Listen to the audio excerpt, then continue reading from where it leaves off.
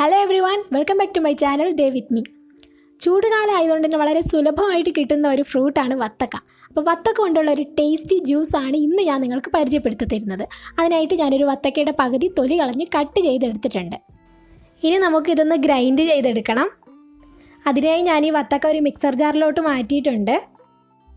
ഇനി നമ്മുടെ ജ്യൂസിലേക്ക് ആവശ്യമായ പഞ്ചസാര ചേർത്ത് കൊടുക്കാം. ഞാനിവിടെ 4 ടീസ്പൂൺ പഞ്ചസാരയാണ് ചേർത്ത് കൊടുക്കുന്നത്. ഈ ജ്യൂസിനായിട്ട് ഞാൻ ഒട്ടും തന്നെ വെള്ളം ഉപയോഗിക്കുന്നില്ല, പകരം അര ഗ്ലാസ് തണുത്ത പാലാണ് ഒഴിച്ചു കൊടുക്കുന്നത്. ഇനി നമ്മുടെ ജ്യൂസിൻ്റെ രുചി തന്നെ വ്യത്യസ്തമാക്കാൻ വേണ്ടി ഒരു ഏലക്ക കൂടി ചേർത്ത് കൊടുത്ത് നന്നായിട്ട് വത്തക്ക ഗ്രൈൻഡ് ചെയ്തെടുക്കാം.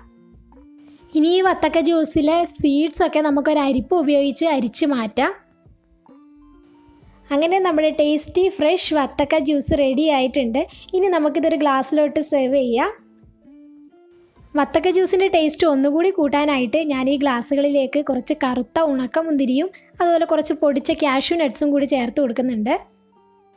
കാഷ്യൂ നട്ടും കിസ്മിസും ഓപ്ഷണലാണ്, നിങ്ങളുടെ അടുത്തുണ്ടെങ്കിൽ മാത്രം ചേർത്ത് കൊടുത്താൽ മതി.